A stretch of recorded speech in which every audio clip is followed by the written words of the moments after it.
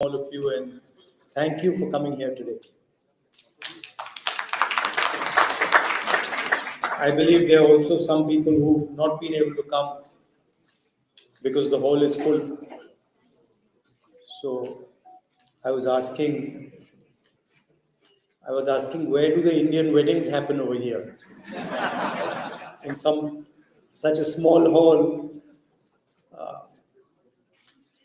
It's an honor for me to come here and speak to you. I was actually invited to Cambridge University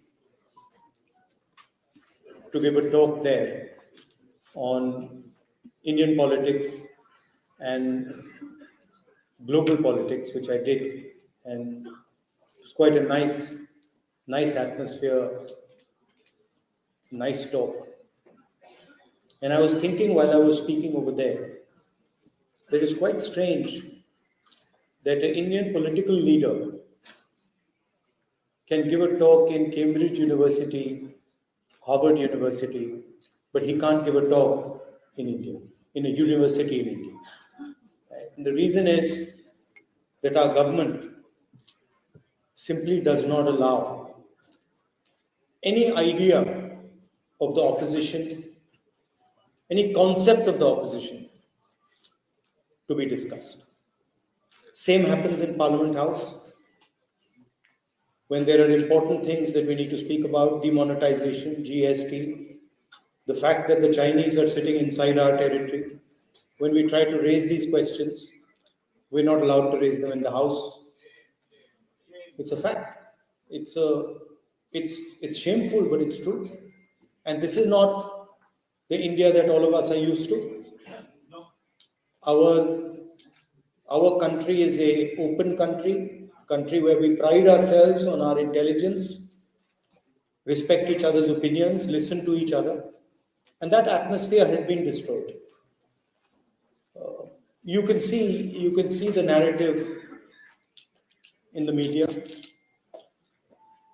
And the reason we were forced to walk across India, the Bharat Jodo Yatra, was because all the institutions that protect a democracy, that allow people to speak, that allow an expression of voice, are captured by the BJP. And so we decided that a good way to think about it, a good way to act would be to go directly to the people of India and do what used to be a tradition called the Yatra. Yatra is not just a walk across the country. Many great people in India have gone on a Yatra. Of course, the most famous Yatra was the one done by the father of the nation, Mahatma Gandhi. But there have been others. Vivekananda ji apparently walked across the country. My Sikh friends here, Guru Nanak ji walked across the country. Buddha walked across the country. So there's a list of people who have used this idea of the Yatra. And the Yatra is actually introspection. It is an attempt to understand what is going on in the country, an attempt to listen to people, but also an attempt to understand the voice of the people and express the voice. So it was a wonderful experience for me. I started in Kanyakumari and we went all the way to Kashmir. Thousands of kilometers in the heat, in rain, in the snow. And we got to understand our country in great detail. We spoke to thousands and thousands of people, farmers, little children like you. What's your name? Huh? Sorry? Samrat Singh. So kids like Samrat Singh, we met thousands of them. We met youngsters who are unemployed, asking, the most interesting thing was that the biggest issues in India today are unemployment, price rise, and the violence that Indian women face. That third one is a hidden issue. Nobody speaks about it. But when you walk across India and you talk to people, those are the three things that you hear. Most women complaining about the violence that they're facing, the fact that they are worried to walk on the streets of our country, huge amount of unemployment, and price rise, and the concentration of wealth. One or two business people controlling pretty much every business. Interest, yeah, everybody knows the name. He's become especially famous lately. You can see a lot of sort of reports about his wealth. Huh? Yeah, so you can see that, and it's at the expense of the Indian people, because when there is no competition in a country, right, and one person is making all the money because of his political connections, the strength of the country, the energy of the country is wasted and weakened. So one of the things that we've been pushing is that we need to allow as many youngsters who want to enter business. We need to support all of them. We need to make sure that the banking system doesn't just work for one or two people, but works for youngsters, for millions of people who want to build a business. So these are the type of things that we discussed on the Yatra. And it was a very good experience. Also, I'd like to thank many of you who walked with us. You came from different parts of the world. You came from England, you came from the United States, from Canada, from Japan, from all over the world. People came and walked with us. So that helped us. You helped us with your support and your energy. So that I'd like to thank all of you for that. So that was the experience of the Yatra. And the interesting thing to me was that what the people of India were saying, unemployment, prices, concentration of wealth, Mr. Adani, it's not in the media at all.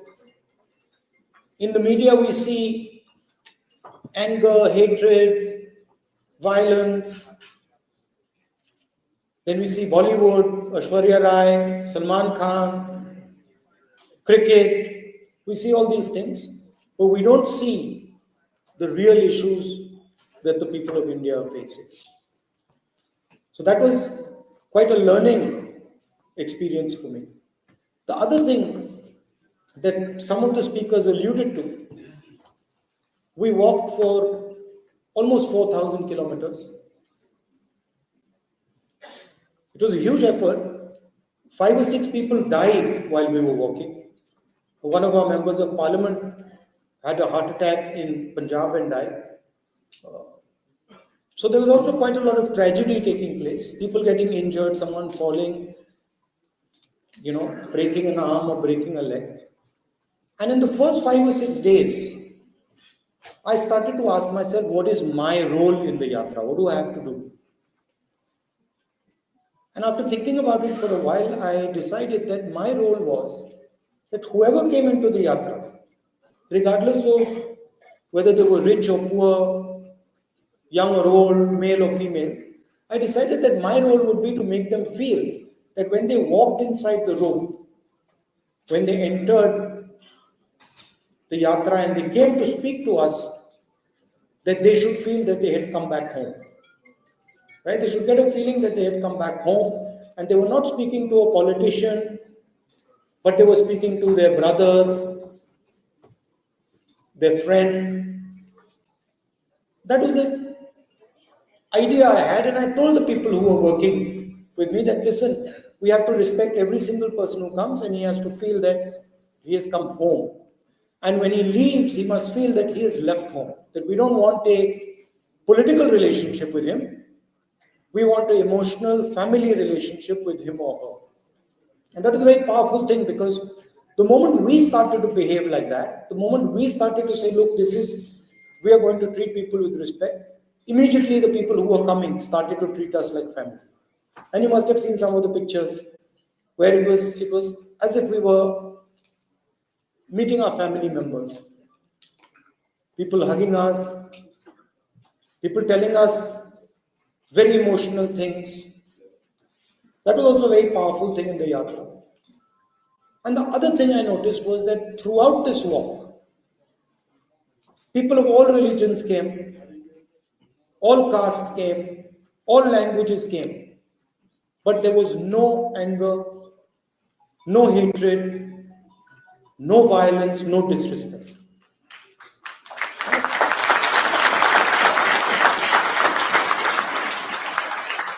And so the yatra was demonstrating to the whole country what the real India is about. What Indian values are, what our religions tell us, what our different languages tell us, what our different cultures tell us, that we are one country with many, many different ideas, and we have the capability of living together harmoniously, without hatred, without anger, without disrespect. And it's when we do that that we are successful. Right? That was the message of the yatra. And of course, on the other side, we have an ideology of hatred and violence, disrespectful ideology that attacks people because of their ideas. And you must have noticed one thing, and this isn't the nature of the BJP and the RSS. If you noticed a statement of the foreign minister, he said China is much more powerful than us. If China is much more powerful than us, how can I pick a fight with them? Matlab, at the heart of the ideology is cowardice. अगर वो मुझसे कमजोर है, अगर वो मुझसे कमजोर है, तो मैं अपने 5-10 मित्रों के साथ उसको पीट दूंगा. मगर अगर वो आरएसएस वालों से तगड़ा है तो फिर भाग जाते हैं. और सावरकर ने अपनी किताब में लिखा है, अगर आपने पढ़ी हो, उनकी किताब है, उसमें लिखा कि एक दिन उन्होंने और उनके 5-6 मित्रों ने एक मुसलमान व्यक्ति को पीटा और उस दिन उनको बहुत खुशी हुई. तो देखिए, अगर 5 लोग एक आदमी को पीटते हैं और फिर उनमें से किसी एक व्यक्ति को बड़ी खुशी हो रही है, वो कायरता ही है. अगर लड़ना ही है तो एक व्यक्ति से जाके अकेले लड़ लो, मगर नहीं, 5-10 लोग सावरकर जी के साथ एक व्यक्ति को पीटते हैं. तो इनकी आइडियोलॉजी में यह भी है, if someone is stronger, and the foreign minister of the country is saying it, you imagine he's saying China is stronger than us, so we can't fight with them. Acha, the British were stronger than us, so then we shouldn't not have fought with them. How would we ever get independence? How would we ever get independence if we had followed the BJP's principle and the RSS principle that if they're stronger than us, if they're stronger, then we don't fight them out. We would be still ruled by the British. Right? So at the heart of their idea is cowardice. And that's the lesson for everybody, and including the people in India. As you said, डरो मत, डरने की कोई जरूरत नहीं इनसे. Nothing is scared of. And in fact, the way I look at it, the more they attack me, the better that is for me. Because the more I understand, the more I learn. Okay? So this is a fight between courage and cowardice. It's a fight between respect and disrespect.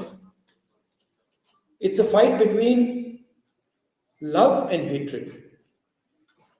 जो मैंने कहा था भारत छोड़ो यात्रा में, नफरत के बाजार में हम मोहब्बत की दुकान खोलने आए हैं.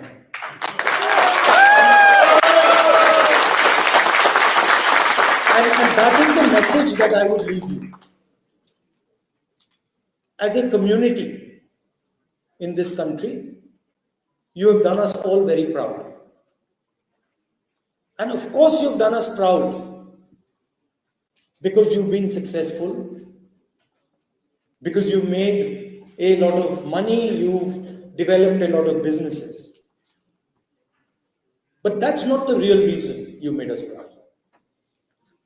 The real reason you made us proud is because you respect the people you live with, you respect the different cultures, you respect the fact that you're living in England, you listen to their perspective, you embrace their perspective, you tell them about our perspective, and in that way both groups of people improve and do better. So you have shown in your living here, you have shown what an actual Indian person should be doing. Living peacefully, affectionately, with respect, listening to other people, learning from other people, and also, as a result of our history, as a result of our tradition, teaching other people what we know.